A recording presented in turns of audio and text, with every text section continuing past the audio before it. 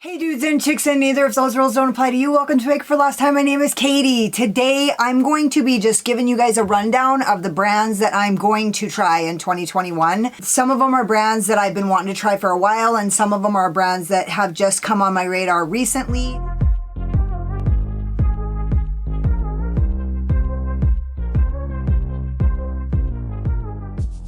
So I'm just going to be using my phone because I made a little list on Instagram, and then I'll just put the pictures right here. So I'm just going to sit right here and kind of be on my phone, so if I'm not making eye contact or whatever. Okay, so the first brand I have on my list is Oden's Eye, and I have tried Oden's Eye, but I feel like there's a lot of products by Oden's Eye that I have not tried.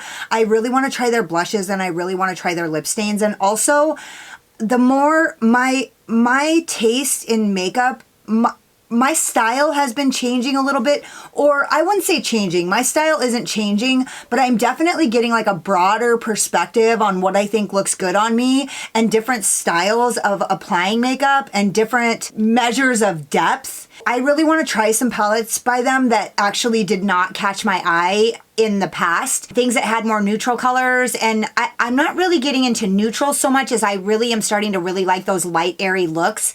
And I feel like Oden's Eye kind of has those kinds of colors pretty much down pat. So I really want to try some of their, I want to try the Soleimane, and I really want to try the Elva.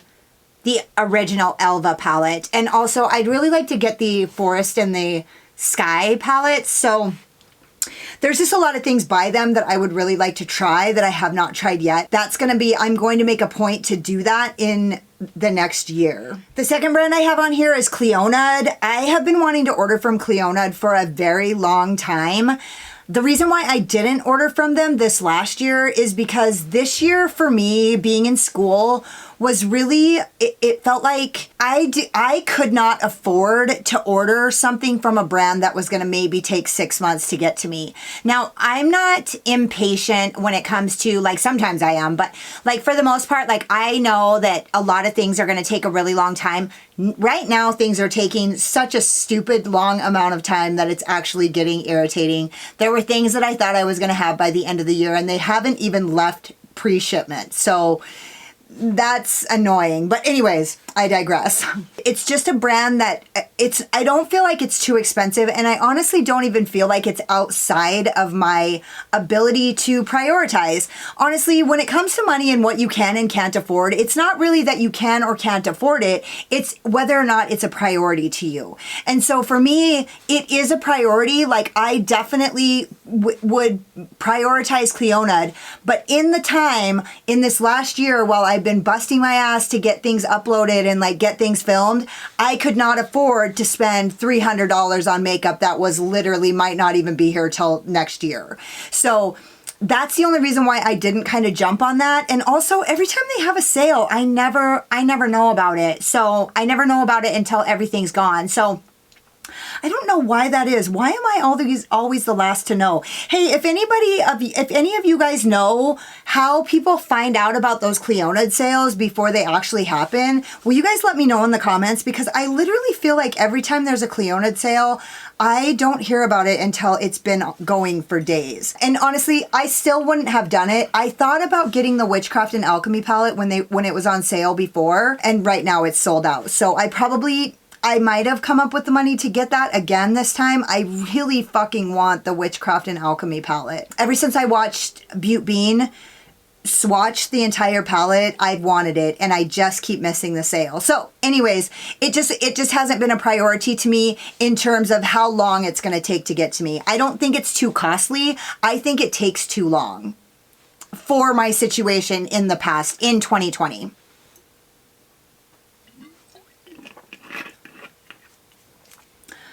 Gonna get a little kombucha buzz. Ooh, naughty drinks. So another brand that I kind of want to try, I mean, I do want to try it, is Rephr Cosmetics. They're so fucking popular and everybody loves them so much. The palette builder to me just doesn't, when I look at all of the shadows, I don't know if it's that I see too many shadows for one palette, or if I get overwhelmed, or I don't know what the deal is, but whenever they actually create a palette, the color story doesn't really do it for me. And I don't remember what that last launch was. It was After Dark. Everybody was so excited about it, and I looked at it and I didn't see anything that it just didn't appeal to me the way it did everybody else. I honestly wish that I would have gotten the gel liners more than I cared about getting the palette. If they release a palette that really, like, the color story really speaks to me, but they just haven't yet. And maybe, honestly, I don't remember if it was like Beehive or it was a launch that Teresa Is Dead was like really talking about, when I felt like Teresa Is Dead is like the only person that was talking about Lethal Cosmetics that I was watching anyways. The only person that I was paying attention to that was talking about Lethal. So like way back then they had, like, I think it was the Beehive palette. That color story would have spoke to me, but at that point I didn't have a sophisticated enough eye for color stories for that color story to really make sense to me like it would today. So at the time, that color story was like overwhelming and didn't make any sense. But today, I probably could really get on board with a color story like that.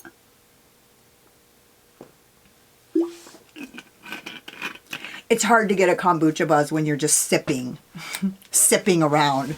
I don't sip Jack. How the fuck am I supposed to sip kombucha? The next brand that I have on my list is Rephr Cosmetics, and I definitely want the Grimoire palette. And I think it's called I Put a Spell on You. I really want the I Put a Spell on You. Makeup by Anki. She did a 3 looks and a review of it. I really want that. And also, like, when the Book of Shadows dropped, that color story is so appealing to me. Then when I went to order it, the shipping was $35, which is fine. I get it. I'm not like begrudging anybody that has an indie brand in another country that's trying their hardest to get their feet on the ground and succeed in their business. I just can't afford $35 shipping. Like, sometime I will be able to, and sometime I'm going to pull the trigger on that purchase. I just haven't been able to yet. So I'm definitely going to buy at least those palettes in 2021. I just haven't been able to afford $35 shipping right now when there was a few other relatively, I mean, I would say that my makeup taste is mostly mid-range. I'm not into like luxury. I'm not into Natasha Denona. Her color stories rarely fucking speak to me at all. I'm not into Pat McGrath. Those color stories, literally 3 mattes and a bunch of shimmers. That's not how I do business. That's not a palette that I can do business with. So those kind of luxury brands don't really do it for me. I feel like my taste in makeup is usually like $30 9-pan palettes to $60 bigger palettes. That's kind of my range. And I feel like there was so many other palettes that were like in the $50 range. And with the limited funds that I had, it was much more worth it to me to spend the $65 on the $50 palette than it was for me to buy the $28 palette and pay $35 in shipping. It was really just a matter of my resources being limited and me getting the biggest bang for my buck in that moment. And so I definitely want the Book of Shadows. I definitely love Rephr Cosmetics. They are a brand that I identify with. I've been thinking a lot lately about how, like, for me, it's really about the palettes that I identify with. I mean, the quality has to be good and all this, like, it has to be good shadow. They have to be blendable. They have to be pigmented. They have certain requirements, but also, like, I really like palettes that speak to me on, like, on a soul level, right? And so I really identify with Rephr Cosmetics as a brand. The personality and spirit of that brand, I identify with that brand. And so I definitely want to be a part of what she has going, and I want that shit in my life. I am going to make those purchases in 2021. I just haven't done it yet. I can never say that shipping, costly shipping is the reason why I don't purchase a palette, because there is no palette that I won't purchase, and there is no palette that I won't make a priority at a certain point. I just haven't done it yet because of those reasons that I just listed. So another brand that I want to try is Clio. I don't know if it's Clio Makeup or Clio. It's Clio Official on Instagram. And I just watched a video by Alex Annette, and she did that Korean style makeup. And they are a Korean brand, and they do that. They use a lot of that light Korean style makeup, and I definitely want to try this brand. Alex Annette had nothing but great things to say about it, and you can purchase it on Amazon, and so I'm definitely going to pull the trigger on some of those products because I used the Sashimi City palette and it changed me. So I definitely want to look more into that style of makeup, and like what I really want to do is I really want to use different styles of makeup. I don't want to get stuck fucking doing the same fucking thing every single time I film. So I want to start using different styles of makeup and different types of brands so that I can get, so that I can add different cultures into my looks and into the way that I do makeup. And that's one of the things I believe that Oden's Eye, really the culture that Oden's Eye comes from, it brings that spirit with it.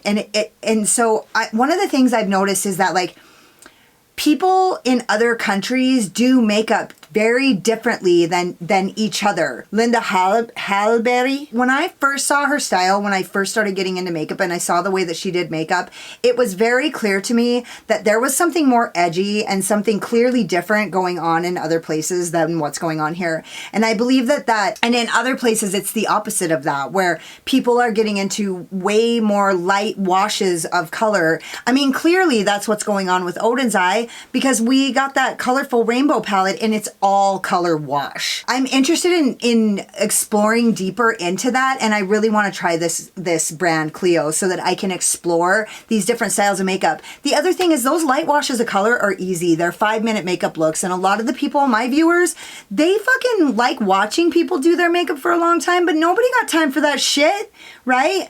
So I'm just gonna look into that and purchase some of those products. I really want to start exploring more gel liners. I really want to start using the melt gel liners, and I really want to start using the lethal gel liners and kind of just dig into that. Another brand that I want to try more of is Rephr. And honestly, I don't want to try all of Rephr. It's mainly just 3 brushes that I want to try. I want to try the Rephr 01, I want to try the Rephr 13, and I want to try the Rephr, there's a P something that Annette from Annette's Makeup Corner just talked about in her 2020 favorites. It's a P something, and it's a flat shadow brush. She said it was really good at picking up shimmer, and there's something about the way that Annette applies shimmer. I want that. I want what she's got. And so I'm going to get that brush. I want to get those 3 brushes in 2021. I have 2 Rephr brushes and I only like one of them, so I just never bought more. Brand that I want to try this year in 2021 is Sigil inspired. It would have never even caught my eye except the fact that I did that Sashimi City look. And then I did that look in my Made by Mitchell, Feet on the Ground, that light, airy, cool tone look. And I'm telling you, those 2 looks, they just changed my mind. They broadened my horizons, and it made me want to cast a wider net on what looks interesting to me and what looks pretty to me. I don't want to be confined to limitations of how my makeup is supposed to look. I want to be able to do a variety of different things with my makeup and always look pretty. So it all looks pretty. I didn't realize that a look with literally like 0.01% dimension was gonna fucking look so hot. You know what I mean? And so I just didn't know because I was confined to this box of like this dramatic. And don't get me wrong, I'm not steering away from that. I just want to try new things. And I feel like that Sigil inspired, their palettes are really this thing that I'm talking about. People in other countries have different styles, and their culture, their palettes speak to their culture. You know, across the board, it doesn't matter what art form it is.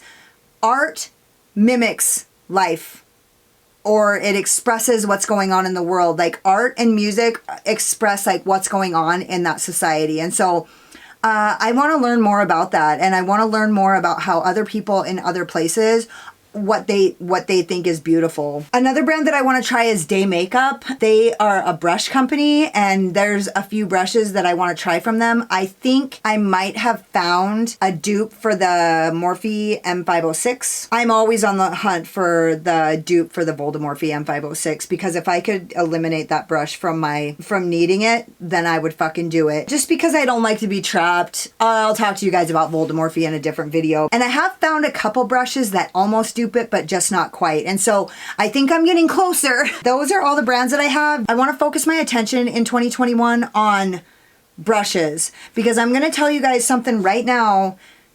Brushes is what it's all about. The brushes. Like, people think that brushes aren't that fucking important. They're so fucking important. They're everything. They are everything. Those are the brands that I'm going to try in 2021. I hope you guys found that interesting. I hope it's helpful. I'm really excited for the new year, and I'm really excited to grow my skill and grow my collection in a more directed and intentional way. I feel like in the beginning, I was like buying palettes like crazy, and I wasn't able to discern and pick out what I really wanted and what I didn't. I was just like buying everything that looked pretty. And today, like, I have a good collection. And I have really good things in my collection that I'm willing to part with, because I have things in my collection that are so me and they're so perfect that all the other is it's just clutter. Anyways, in 2021, I really want to focus on buying things that are very specific needs, and they fill specific holes in my collection and in my soul. So don't forget to subscribe to my channel and hit the notification bell, because you can't wait to see what happens next. Hit the like button if you found this information useful, or if you just like hearing videos like this. I get uncomfortable doing commentary videos, because I feel like I'm just really doing nothing but sitting here drinking kombucha and running my neck. So anyways, hit the like button if you feel differently than that, and hang out with me in the comments, because I fucking love it. If there's anything that you guys feel, I mean, I know you guys will. I know you guys will let me know in the comments anything that I need to know that you thought of while I was talking. And thank you guys so much for watching. You could have been anywhere, but you were here spending your precious, valuable time with me, and I totally appreciate you. Later. I'm going to stop right there, because I don't want to say anything that that's why my breath always smells like Converse.